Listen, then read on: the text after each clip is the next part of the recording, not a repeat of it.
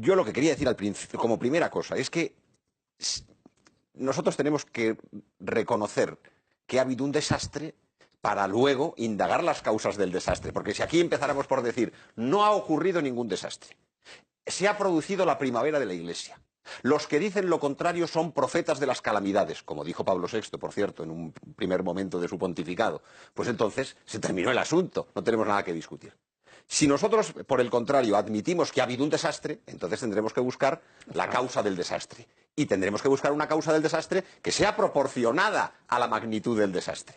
¿Cuáles son las causas proporcionadas a la magnitud del desastre? Pues para empezar, yo no puedo sino mostrar mi acuerdo total con don José Antonio.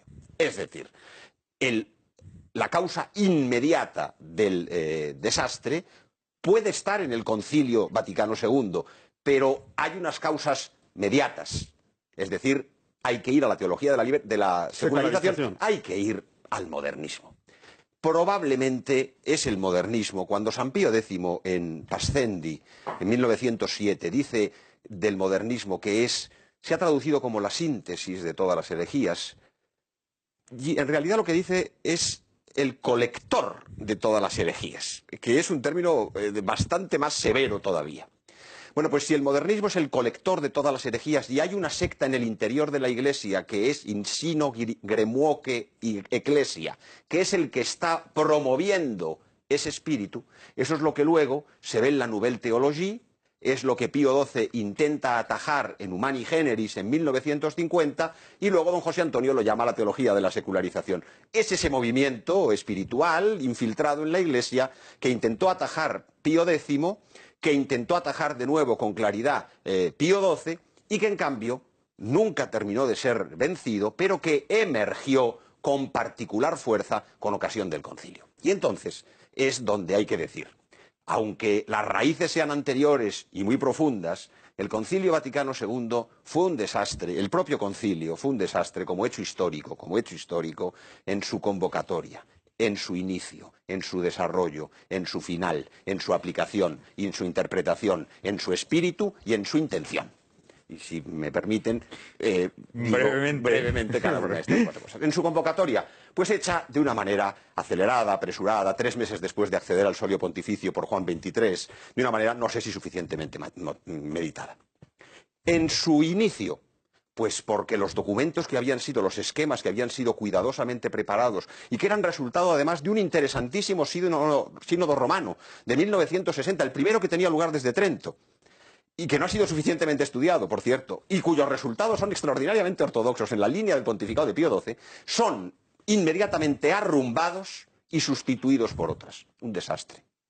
En su desarrollo, porque las luchas que se produjeron, luchas además hasta desde el punto de vista humano, de una violencia, en ocasiones, cuando uno lee el libro de Ralt de Wildgen, El Rin desemboca en el Tíber, que es un periodista que no es un tradicionalista, es un periodista que describe lo que ha visto y que lo hace el año 67, es decir, inmediatamente, él no sabe la hecatombe que va a producir el concilio, él cuenta lo que ha visto. Bueno, pues hay anécdotas infinitas, no voy al anecdotario, si hay ocasión, seguimos luego. En el final,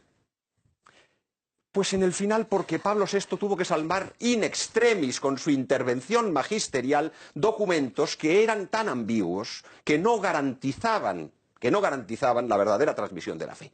Que Pablo VI tuviera que poner la nota previa al capítulo 3 de Lumen Gentium a propósito de la colegialidad, diciendo que la colegialidad no tenía significado jurídico. Que Pablo VI tuviera que poner la nota previa a Dignitatis Humanae para explicar que la doctrina tradicional de la Iglesia quedaba intacta, lo cual estaba contradicho inmediatamente en el texto. Que Pablo VI tuviera que zanjar la discusión sobre el problema del control de la natalidad para dejarlo abierto para un momento posterior, gracias a Dios porque Humanae Vitae en este punto salvó las dificultades y por eso levantó toda la animadversión contra Pablo VI, que a partir de ese momento no fue el mismo. Sufrió extraordinariamente. El Papa bendecido, el Papa querido, ya era el Papa odiado, ¿no? En su aplicación e interpretación, queridos, la aplicación e interpretación del concilio no la hicieron unos extraterrestres que de repente unos textos buenísimos del concilio los agarraron estas otras personas caídas con paracaídas. No, los aplicaron los mismos que habían hecho el concilio. En su espíritu, Claro, y en su intención, porque es verdad que Ratzinger ha hablado de un Gegengeist, de un contraespíritu que se habría dominado, se habría adueñado. En realidad el problema es que el concilio, teniendo unos textos que en muchas ocasiones sociologistas, en otras ocasiones confusos, en otras ocasiones bellísimos, en otras ocasiones profundos, en otras ocasiones pasteleros, en otras ocasiones buenistas, en otras ocasiones... Es decir, es un conjunto heteróclito de cosas que además viene presidido por una intención pastoral. Don José Antonio ha dicho eclesiológico. Bueno, yo no voy a negarlo, pero la declaración de que el concilio era pastoral, de que no pretendía definir dogmas... Claro, lo que ocurre es que Pablo VI, cuando le escribe al arzobispo Lefebvre el año 75, le dice una frase verdaderamente terrible que pone los pelos de punta. Le dice que el concilio Vaticano II es más importante que Nicea.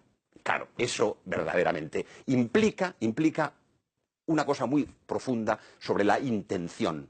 Yo creo que lo que hay que rectificar del concilio no son los textos, sino la intención.